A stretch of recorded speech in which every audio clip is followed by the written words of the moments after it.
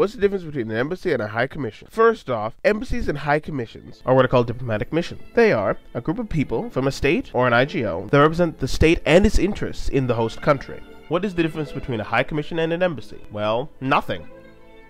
An embassy and a high commission function the exact same way, but instead of having an ambassador, they have a high commissioner. Any two countries in the Commonwealth of Nations use a high commission instead of an embassy. But what are the Commonwealth countries, you say? They are, in alphabetical order, Antigua and Barbuda, Australia, Bahamas, Bangladesh, Barbados, Belize, Botswana, Brunei, Cameroon, Canada, Cyprus, Dominica, Ghana, Grenada, Guyana, India, Jamaica, Kenya, Kiribati, Lesotho, Malawi, Malaysia, Maldives, Mauritius, Mozambique, Namibia, Nauru, New Zealand, Nigeria, Pakistan, Papua New Guinea, Rwanda, St. Kitts and Nevis, St. Lucia, St. Vincent and the Grenadines, Samoa, Seychelles, Sierra Leone, Singapore, Solomon Islands, South Africa, Sri Lanka, Swaziland, Tanzania, Tonga, Trinidad and Tobago, Tuvalu, Uganda, Vanuatu, and Zambia. Fiji is still technically a member, but they've been suspended for the past 8 years. This is different than the Commonwealth realm. The Queen is the head of state. Although all 16 members are part of this organization, Mozambique and Rwanda, despite being Portuguese and Belgian respectively, can be a part of the Commonwealth of Nations. If that's what a High Commission is, then what's a consulate? Well, consulates are smaller than embassies and are located in large cities. For example, Canada has an embassy in Brasilia, but consulates in Rio de Janeiro and Sao Paulo. The consulates are there to help bolster the relationship between the home and host nation. Typically, they deal in trade relations between the two countries, and maybe some lost passports and visa stuff, depending on the host and visiting countries. Instead of having an ambassador, though, they have a consul general.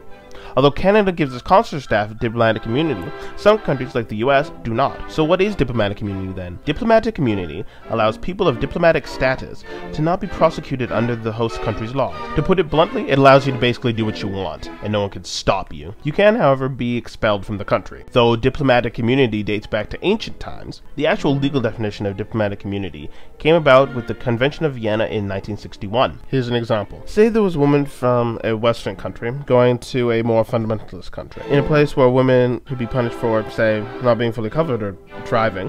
They could be sent to jail without diplomatic immunity. But since she does diplomatic immunity, she can't, which means the home country doesn't